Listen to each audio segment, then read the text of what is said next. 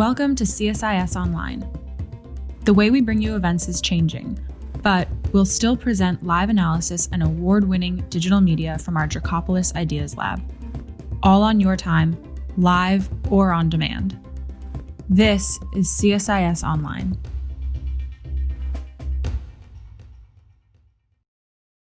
Good afternoon, everyone, and thank you so much for joining us for our Smart Women, Smart Power event on the global economic impact of COVID-19 on women. I'm Beverly Kirk. I direct the Smart Women, Smart Power initiative here at CSIS, and I'm a fellow in the International Security Program. I'll introduce our panel in a moment. The Smart Women, Smart Power initiative is celebrating its 5th anniversary this year, and this event series would not be possible without the funding and partnership with Citi. And I want to say a special welcome to the 130 odd folks from the Citi team who are tuning in from around the globe today. So welcome and thank you so much for being here. And now let me present Candy Wolf. She is the Executive Vice President and Head of Global Government Affairs at Citi. Candy? Great, thank you, Bev. And thank you all for joining us online this afternoon as we continue our Smart Women, Smart Power series for 2020 in a virtual format. So this is our first virtual event for the year. So thank you all for joining us on this of many firsts. And to my colleagues around the globe, it's really an opportunity for us to be able to expand in the time of Zoom, to be able to have more of our colleagues be able to join in this conversation than perhaps in person if they, in terms of trying to come to DC. So while we can't gather in person, the issues that we're addressing are as pressing as ever, and if not more so since the crisis has changed each of our worlds. So I'm pleased that we can continue this conversation and that we have a fitting way to reconvene with such an excellent panel on the topical issue of the economic impact that COVID-19 is having on women around the world. We proudly call ourselves the leading global bank as we are present in more than 100 countries. We talk a lot about the distinct business advantage our global footprint offers. And we also believe it gives us a unique vantage on the challenges and opportunities in a myriad of economic and political climates around the world.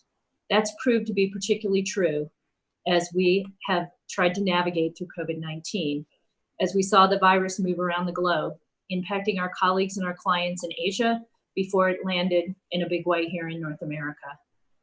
We believe that it's allowed us to get ahead of some of the impacts for the firm and to be better prepared in the various regions. And we're also now having the advantage of learning more from the activities in Asia as our workforce re-enters the workplace and engages in more in-person activity. So it's clear from wherever you sit that this pandemic has had an adverse impact on so many communities, and unfortunately, a disproportionate impact and adverse impact on many communities that already face deep challenges. So I'm looking forward to hearing what this illustrious panel has to say about the impact on women. And I want to thank you again for joining us virtually. And I'd like to pass it back to Bev to please introduce the panel. Candy, thank you so much for your continued support and to Citi for its continued support as our founding partner and sponsor. Thank you so much. And now let's introduce our panel.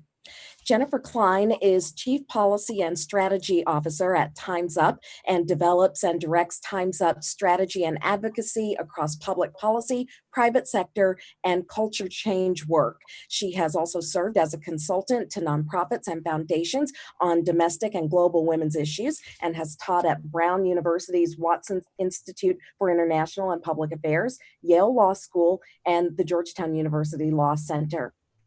Rakeen Mabud is Director of Research and Strategy at Time's Up, and she's responsible for the development of a strategic research agenda at Time's Up.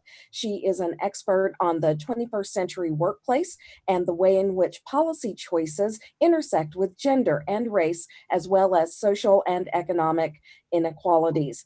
She was previously at the Roosevelt Institute, where she was a fellow and program director of the 21st Century Economic and Economic Inclusion programs. Rachel Vogelstein is the Douglas Dillon Senior Fellow and Director of the Women and Foreign Policy Program at the Council on Foreign Relations. She's also a professor of gender and U.S. foreign policy at Georgetown Law School. She has worked to elevate the status of women and girls domestically and globally, and she previously served on the White House Council on Women and Girls and as a top official in the Office of Global Women's Issues at the State Department. At CFR, her research is focused on the relationship between women's advancement and prosperity, stability, and security. So Jen, Rakeen, and Rachel, thank you all so much for being here today. I really appreciate it. And Jen, I want to start with you by asking about Time's Up's focus on COVID's impact on women that you've been working on since this pandemic began. What have you been focusing on, and why is it that COVID-19 is impacting women so much more than men? Thank you, Bev. Thanks to you and to CSIS. And I also want to say a special thanks to Citi for hosting. And the part of my bio that you didn't mention was that I have been a Citi client since 1990. So I'm particularly grateful to Citi personally as well as professionally. So as you know, Time's Up was founded when the hashtag #MeToo broke into the public consciousness in 2017. When Alyssa Milano tweeted, "If you've ever been sexually harassed or assaulted, reply me too." And of course, that hashtag had actually been created a full decade earlier by Tarana Burke, who's an activist still working for the rights of Black women and Black girls. So at first, Time's Up, in this moment of great response, was really an organic group of women, first in Hollywood and then quickly beyond Hollywood to other industries and around the world, meeting to figure out how to address sexual harassment and assault in their own lives. Within even the first weeks of this sort of organic set of meetings, farm workers reached out to the actresses in Hollywood to let them know that they had long experienced sexual harassment, really in the shadows, in their own work, and offering their support and their expertise, which really became the model for Time's Up. It's a partnership among women of all sorts, in all sorts of jobs, from farm work, domestic work, restaurant work, and in all of our diversity. And over the course of the last 2 years, Time's Up has become an organization. So from that organic group, we are now an actual nonprofit working on the issues of safe, fair, and dignified work. And I just always want to start by saying, which is relevant to the work we're doing now on COVID, is that we had 3 guiding principles in mind from the outset.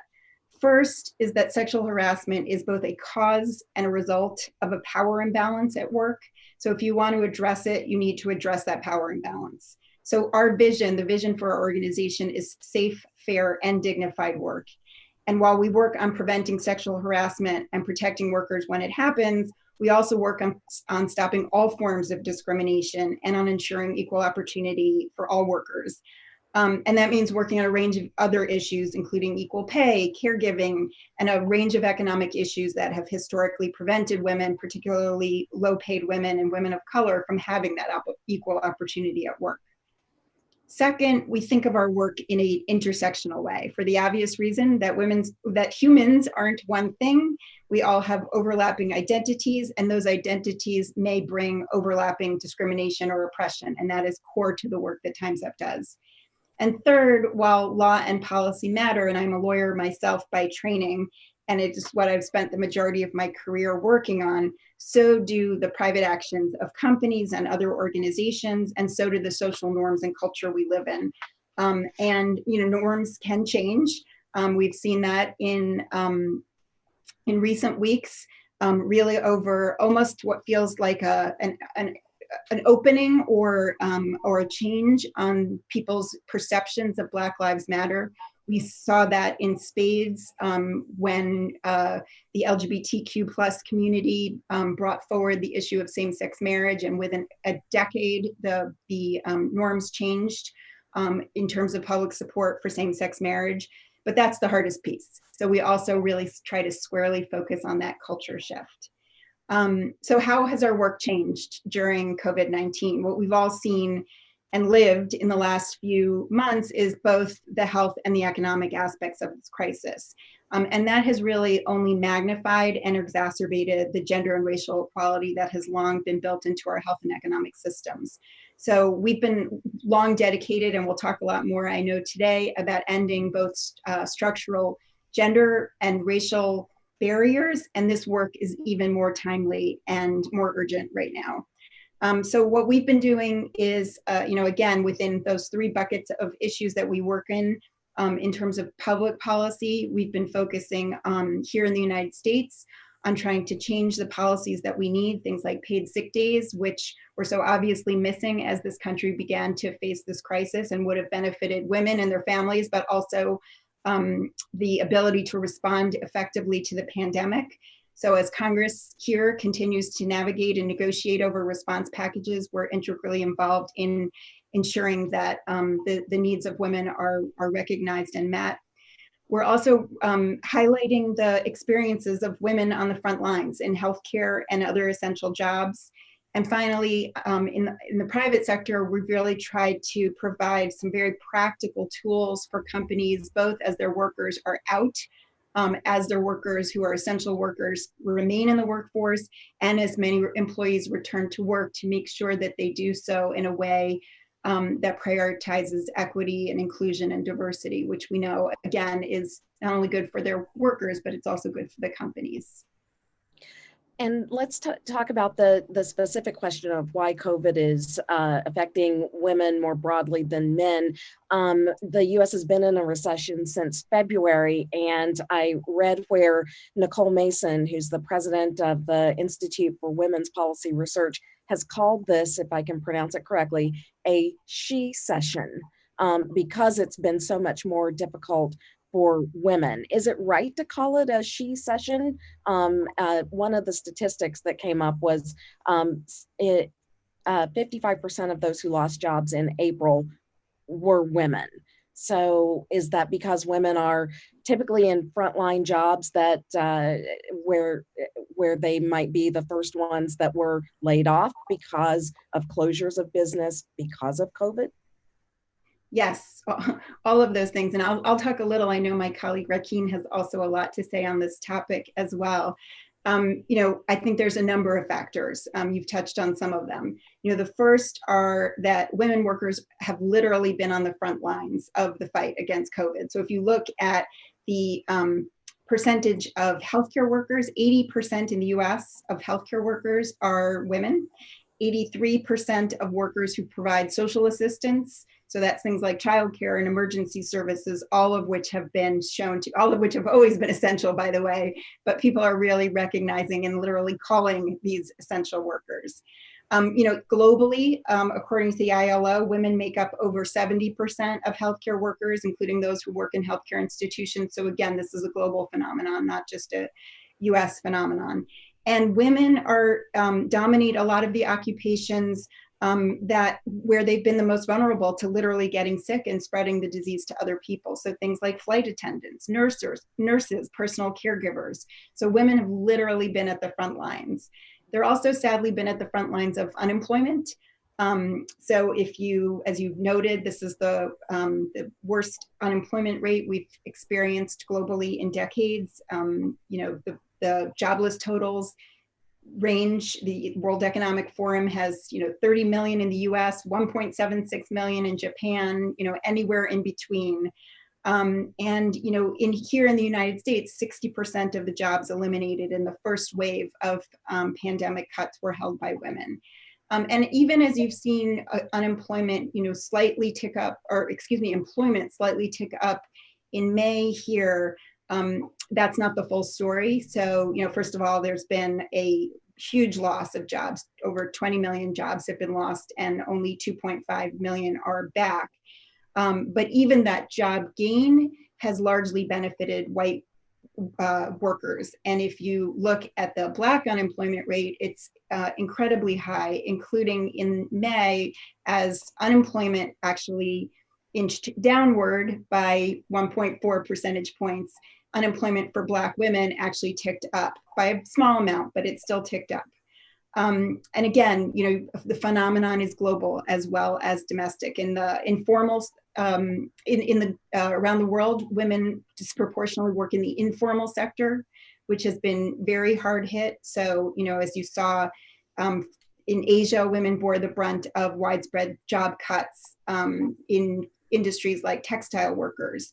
In Bangladesh, to take one example, more than 1 million garment workers have been laid off. 80% of those million are women.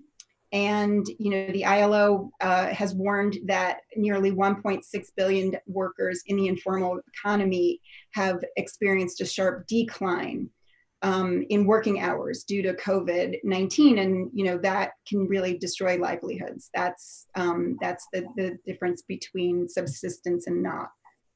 And let's bring in Rakeen here, because I want to find out more about your work in this area specifically. Yes, thank you so much, Bev, for having us. I'm really excited to have this conversation with you and with the audience I cannot see, but I'm sure is fully engaged. And I just wanted to add a little bit to what Jen has already said, and she's covered so much ground. But I think it's important to reiterate that what we're seeing right now is not a new phenomenon, right? It's a reflection of long-standing inequalities that are baked into our system.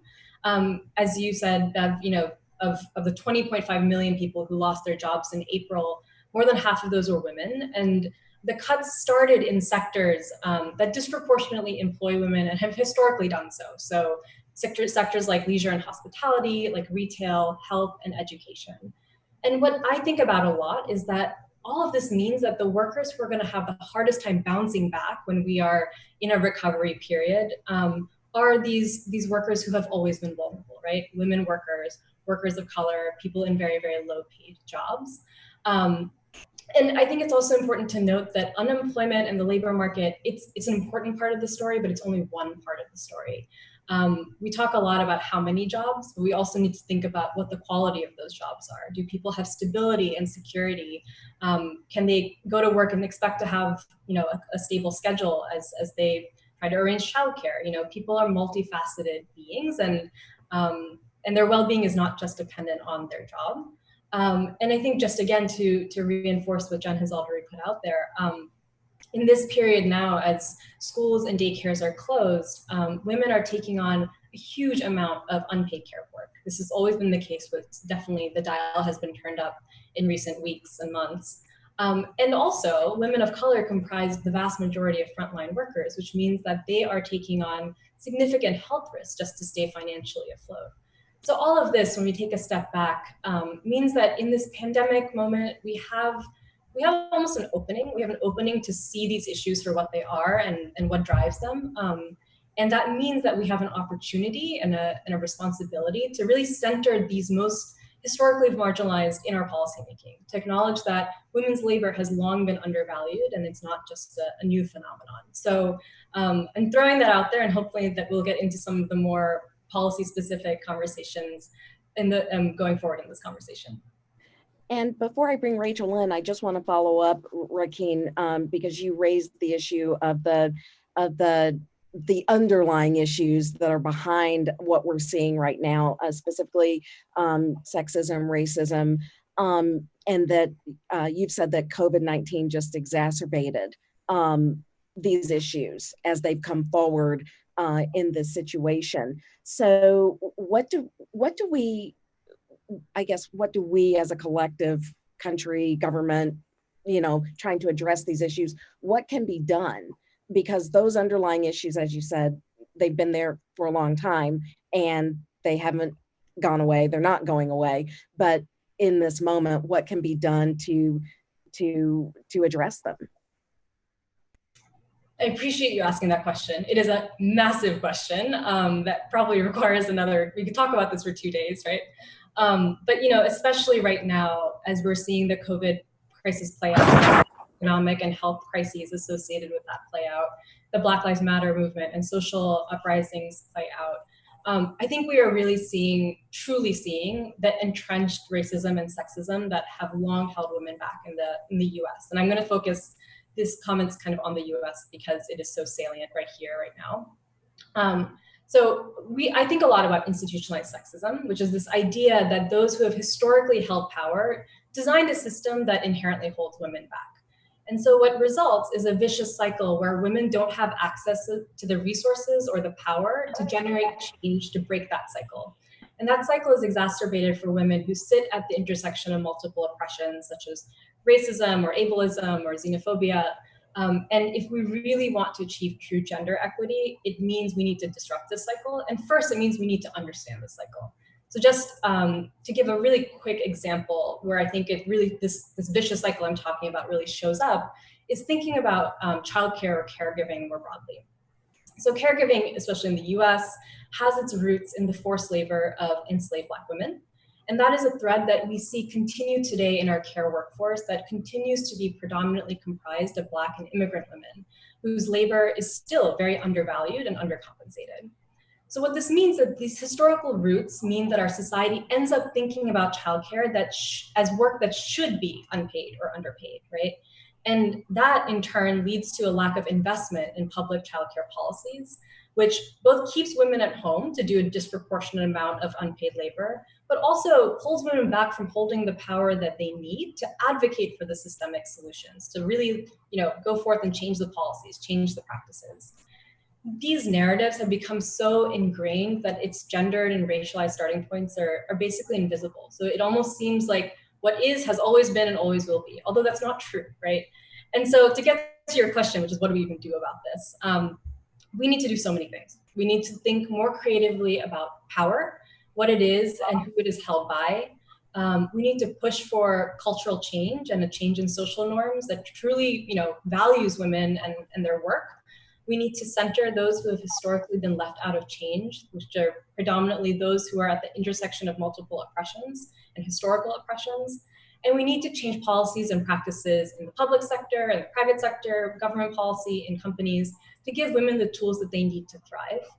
And ultimately, it's not one thing that's going to fix racism and sexism in our society, right? We need to pull on all of these threads all at once, which means that this is something that all of us are in the fight to do right now.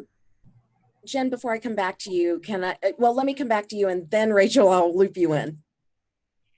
I wanted to just add one fairly specific, Rakeen is exactly right to point out sort of the breadth of the problem, the depth of the problem. And I wanted to just note one specific thing in response to your question of, what can we do in this moment? And I think one of the issues that Rakeen has described really in its beautiful, in its complete nuance, is the notion of unpaid and paid caregiving. On the paid caregiving side, we are unprepared, at least in this country, to provide the paid childcare that people need, women need to be able to get back to work. And on the unpaid side, as you've heard, women bear a disproportionate burden of that care at home before COVID and even more so now. And this is a place where the United States can really learn from other countries because we are one of only 2 countries in the world that have no paid family care.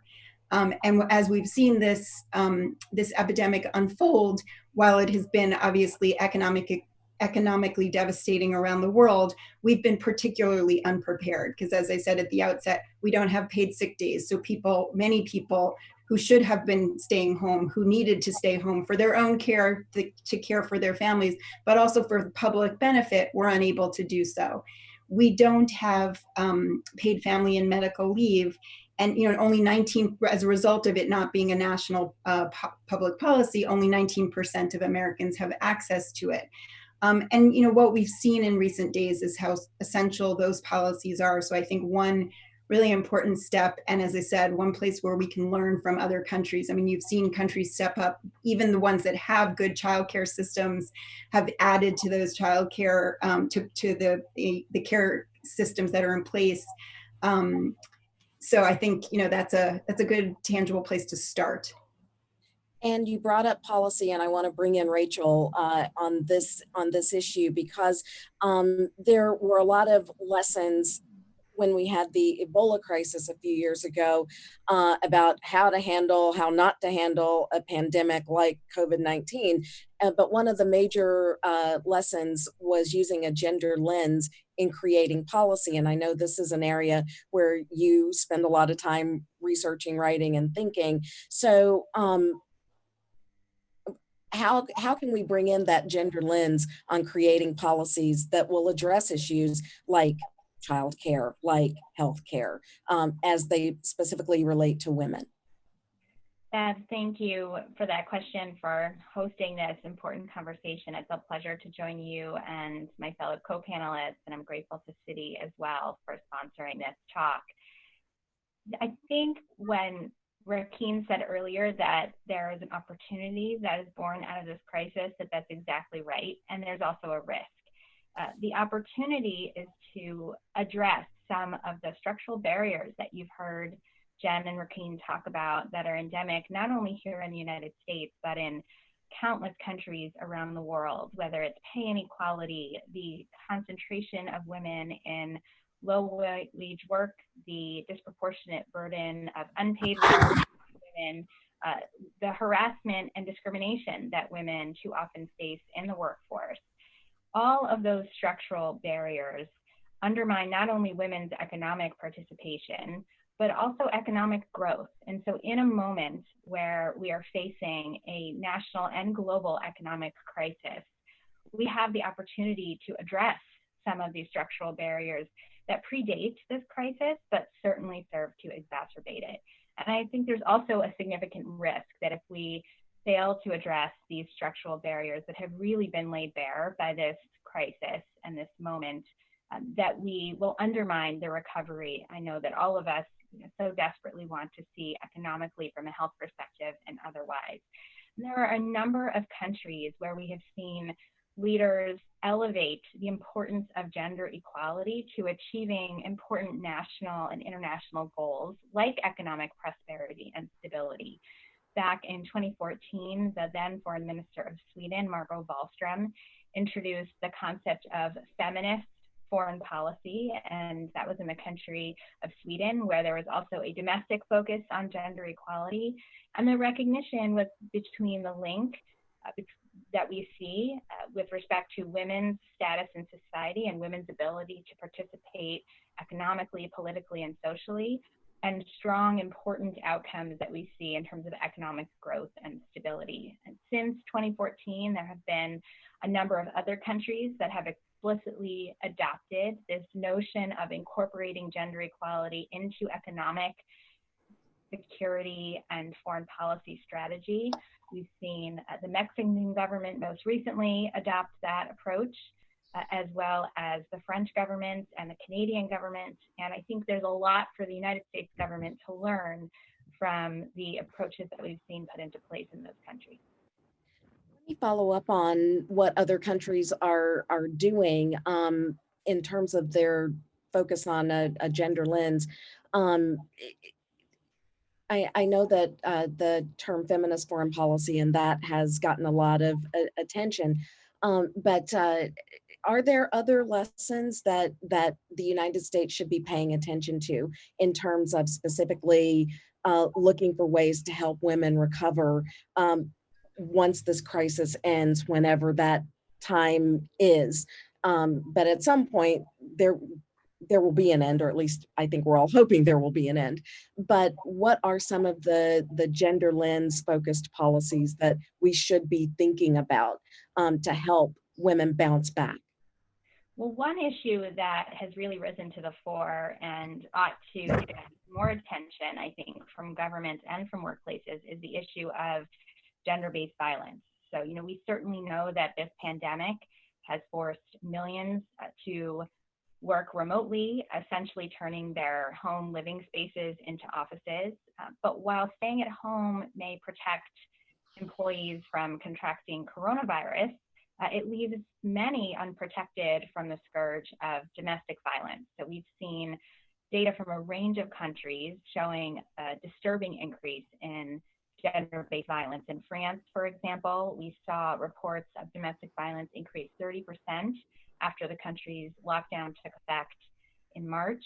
Argentina saw a 25% increase. We saw similar increases in Cyprus, Singapore, reports from Canada, Germany, Spain, UK, and of course, here in the United States, all reporting increase in cases of domestic violence and also an increase in demand for emergency shelter. So why are we seeing this dramatic rise? Certainly the growth in the number of sick and unemployed people, coupled with rising levels of anxiety, stress, and financial pressure, contributes to the growing number of cases of domestic abuse. And at the same time, as we see this dramatic rise, many crisis centers and social service providers have been unable or overwhelmed by the demand and therefore unable to address the critical needs that we've seen. I do think it's important to note that the epidemic of violence against women certainly long predates this moment, with an estimated 1 in 3 women subject to physical or sexual violence in their lifetimes. And we know that of the 87,000 or so women who are killed every year, that about half are estimated to be killed by intimate partners or family members. So while there's a public message that being at home is the place to be in order to stay safe, for too many women, that's not the case. So what do we do about that? I think from a policy perspective, first and foremost, there are about 35 countries that still lack laws to prohibit or criminalize domestic violence, according to the World Bank. That's an important and obvious starting point. In addition, I think it's important to look at the cost of violence against women. And how likely is it that the U.S. is going to ratify this treaty as a forward step? I think that is a great question. Historically, we have seen resistance to ratification of international treaties generally, and specifically that relate to the rights of women. We still are one of just 9 countries in the world that have not ratified the Convention on the Elimination of All Forms of Discrimination Against Women, CEDAW. But we also have the opportunity to raise our voices and press for ratification, particularly in the months and years ahead. A question to throw out to the entire panel, so whichever one of you wants to tackle it, please hop in. One thing that has been very, very noticeable regarding women and the COVID-19 pandemic is that countries led by women have typically handled this pandemic much better than countries headed by men. And I'm thinking specifically here of Jacinda Ardern in New Zealand, Angela Merkel in Germany, the president of Finland, and the leader of Taiwan, all women, and all of those countries have had better outcomes than some other countries. Why is that?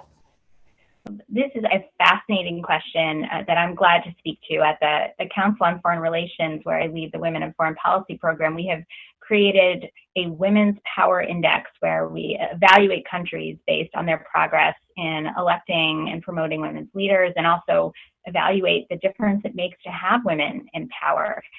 And what we're seeing is that it does, in fact, make a difference. So I want to caution and caveat that we have a relatively small sample size to draw from.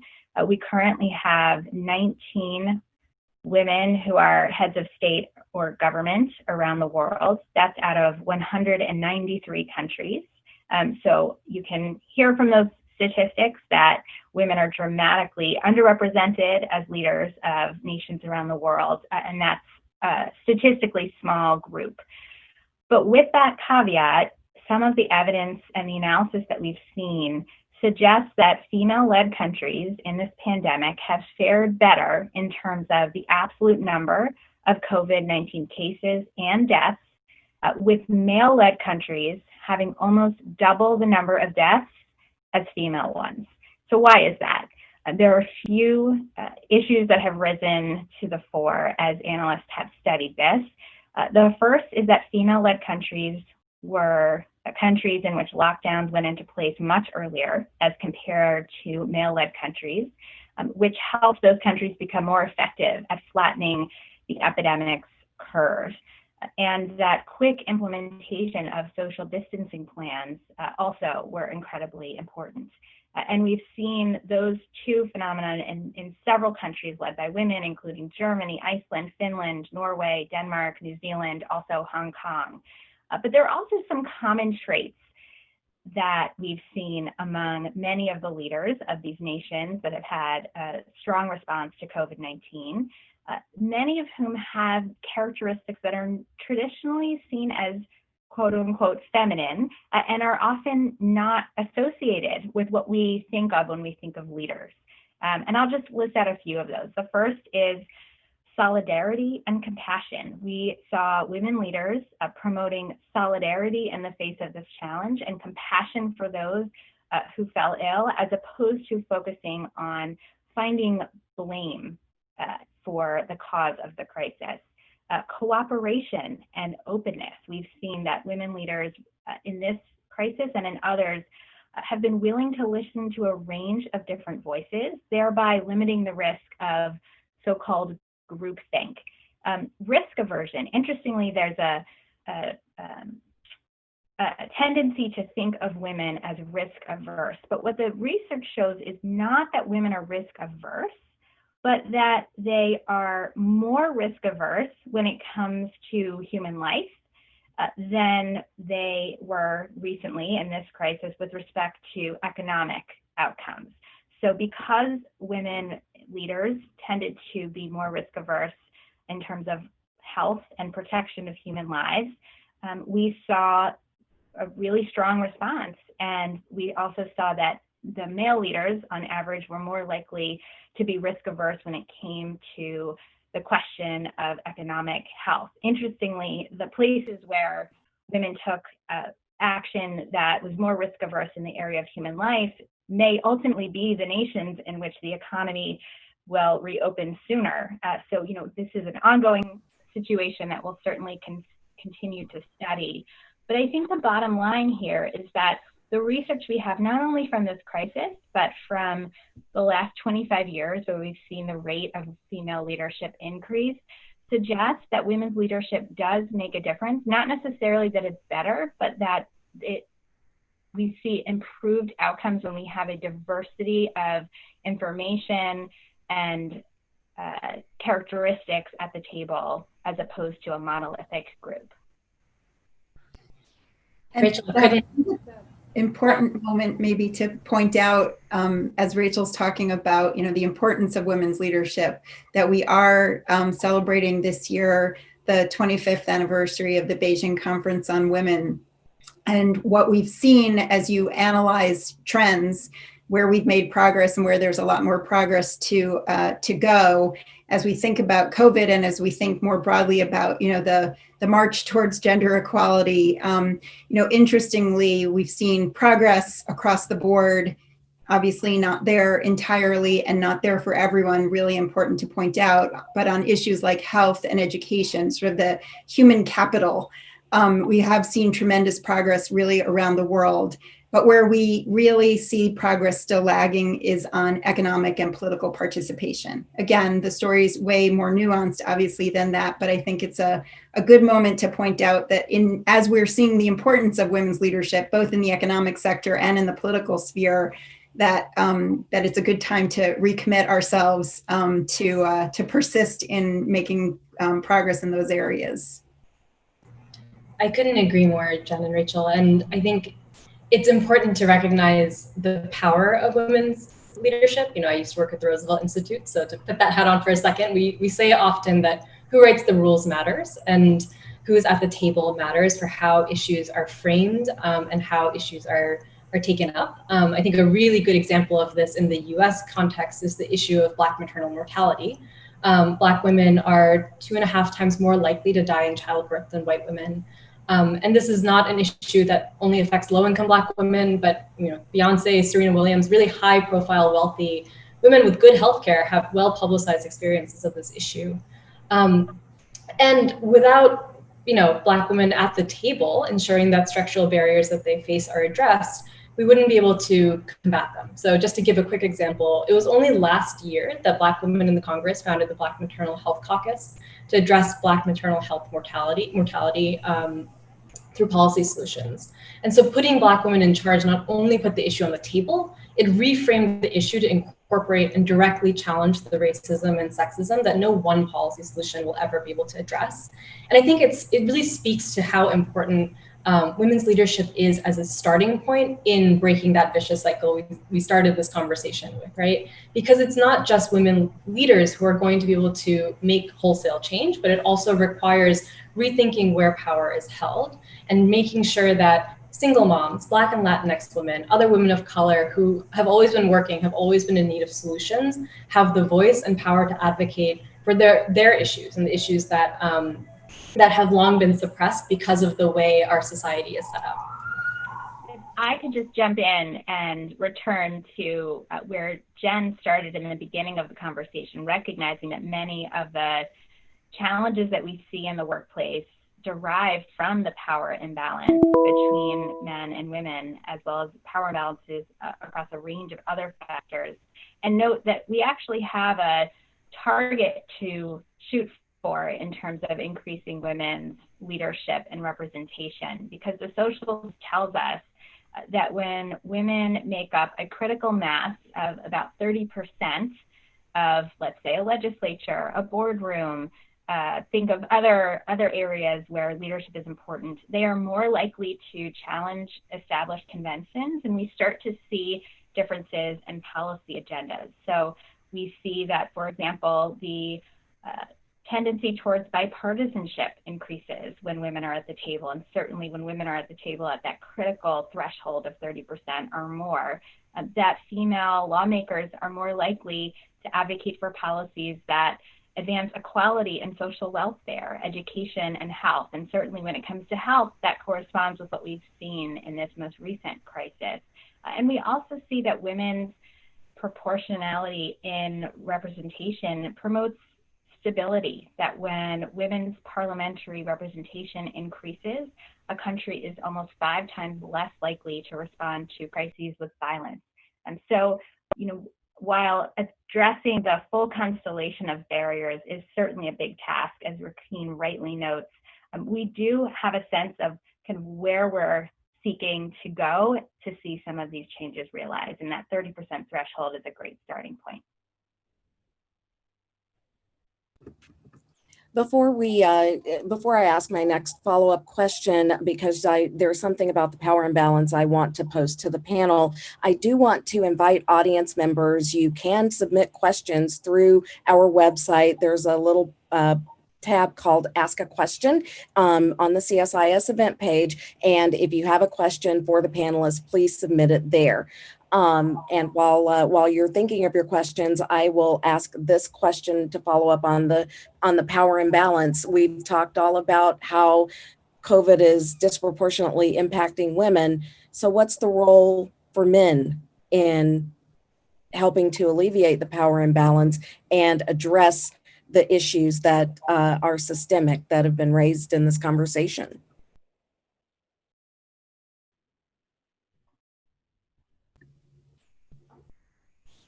This is Jen. I can jump in by saying that I think obviously that's another big question where we could discuss for days.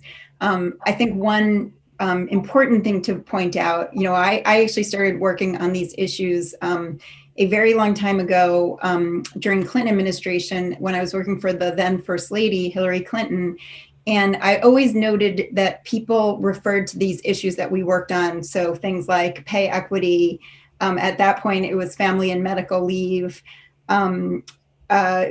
healthcare for women, a range of issues that people referred to as women's issues, and we and she referred to as economic issues. And I think that's the first important thing to keep in mind. The role for men and for women and for whoever has the ability to make decisions, whether that's in the workplace or through national assemblies or in their own homes, needs to consider that these are women's issues and they deeply affect women. But there are also issues that are important for the economy. There are issues that are important for the entire community, and sort of approaching them as in that way, as not a thing you do for women. I sometimes bristle even at the notion of the concept of empowering women, because, you know, to return to our conversation about the power imbalance, power is not something that I think needs to be given to women, right? Women have it, and you know, that's why we in our vision for Time's Up, we talk about power and dignity together, because power doesn't always mean people at the top of their career, people at the top of the income scale. It means the power to act for yourself in your own life and have that agency. So I think sort of acknowledging that, honoring that, and seeing this set of issues as important for everybody is one step in the right direction. I would jump in just to add that we have such strong evidence to support what Jen just outlined, that this is not just a moral issue, an issue of justice, a human rights issue.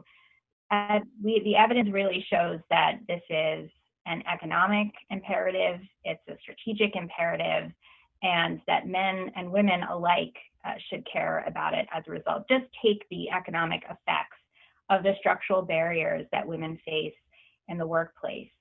The McKinsey Global Institute estimated that between 12 and $28 trillion of global GDP could be gained simply by closing the gaps between men and women in the labor force. So think about that. At a time when we are facing a severe economic challenge, the notion that we need to address these structural barriers is not just a nice thing to do. It's not just the right thing to do. It's the smart thing to do if we're going to close not only those gaps, but realize the economic potential of 50% of the world's population.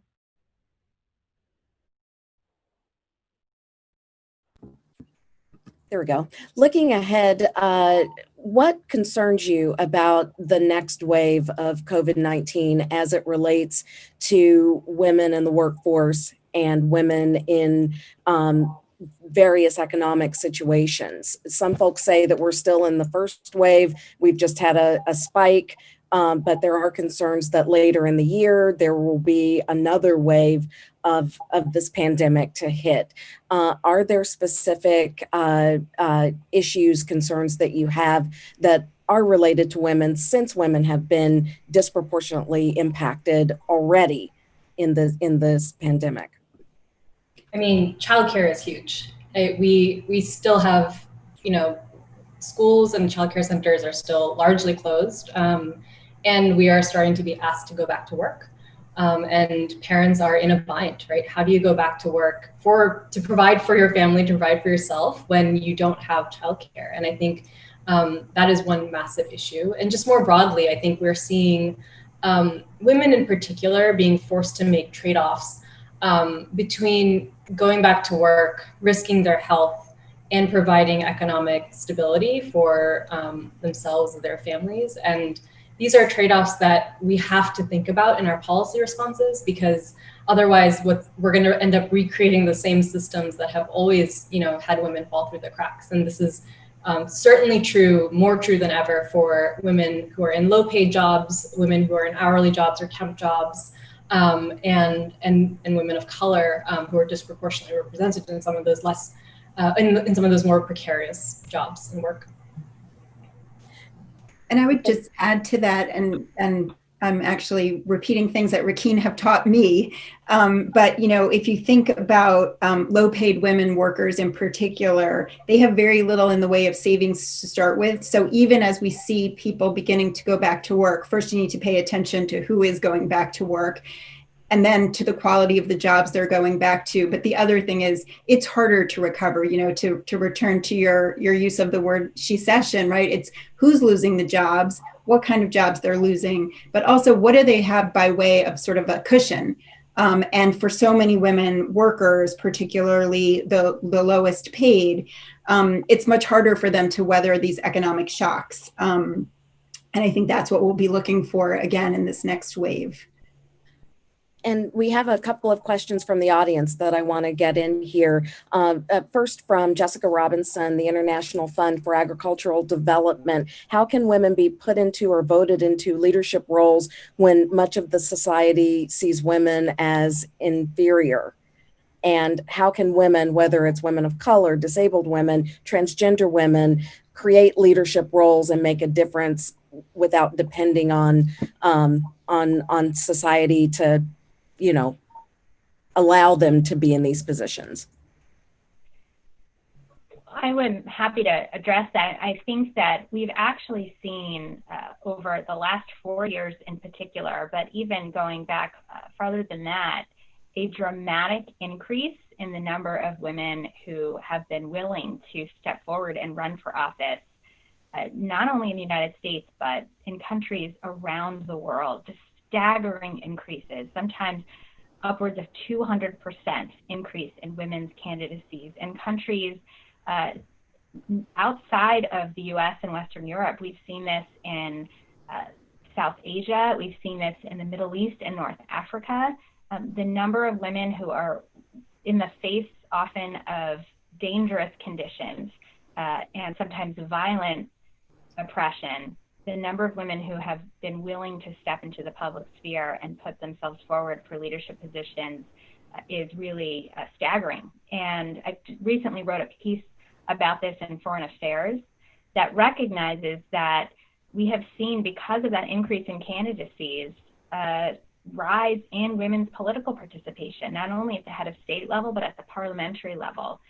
So I think the first step is to create support for those women. And importantly, not only have we seen an increase in the number of women elected, but we've seen an increase in the diversity of that group of women. That certainly was true here in our own Congress in the last election, where we saw the number of women of color elected dramatically rise. But we saw that, for example, in Brazil. We saw a record number of Afro-Brazilian women elected to both federal and local office there. So that's just one of many examples. I think that more support for the organizations that train women to step into those leadership positions and that actually support the mechanics of running for office, which can be even more challenging for women in societies around the world. That's an important and critical first step. And I think there's a part of this, it's a bit of a virtuous, I'm going to go with the word virtuous cycle, which is that as more women are in leadership positions, people see that you can be in leadership positions. So there's a sort of norm and culture shift that accompanies the actual increase that we've seen. And I also think that the actual increase we've seen will positively affect those norms and sort of social pressures and social cultural factors. But the culture change piece, I think it's really important to keep in mind. While everything Rachel said is true, and I love that optimistic view, but the culture change piece and the sort of inherent biases to seeing women in office and in positions of leadership, I think even in the private sector, it's a long and hard road. That is exactly right. And I also think that, exactly as Jen suggested, that seeing women in those positions really does make a difference. There's a study that shows that a woman head of state not only changes the aspirations that girls have in that country, but it importantly changes the aspirations that fathers have for their daughters. So the message that's sent that you could really be what you can see, and certainly the reverse is true, is a really powerful one in terms of cultural change. And just to add a note of optimism, and I'm not a particularly optimistic person often, I think we are in the midst of incredible generational cultural change. I think we're seeing it in all sorts of ways, and in the same ways that we've talked about how racism and sexism are intertwined and in ways that are difficult to detangle, I think we are detangling it right now. So I do have some optimism that we are going to see new, fresh leaders with all of their identities coming forward in the coming years. And for anyone who is out there who's thinking of running for office, you should do so, because studies show that women have to be told to run for office more often than men do. So here's another voice telling you to run for office. Sorry, one more point on that before we let you go to the next question. I also think the rise of civil society in the United States and around the world has been a really important part of that and will continue to be. I mean, to return to Beijing for the moment, there was a conference of 189 countries. There was also 1,000 advocates from civil society not far down the road. And those advocates meeting in Beijing really drove forward the agenda and really, I think, had a big part in putting together that platform for action, that pressure that they created. And that has exploded because of social media, because of the growth of movements around the world. I'm going to echo what both Rakeen and Rachel said, which is that we are at this cusp moment. We saw it with Me Too. I think we're seeing it with race in a way right now in the United States, a real change in sort of the push for change. And on that note, Jen, you get the last word. We've reached our end of our event, and I want to thank Jennifer Klein, Rachel Vogelstein, Rakeen Mabud for joining me today for this absolutely wonderful conversation. Thanks to all of you for being with us here online, and we will see you next time.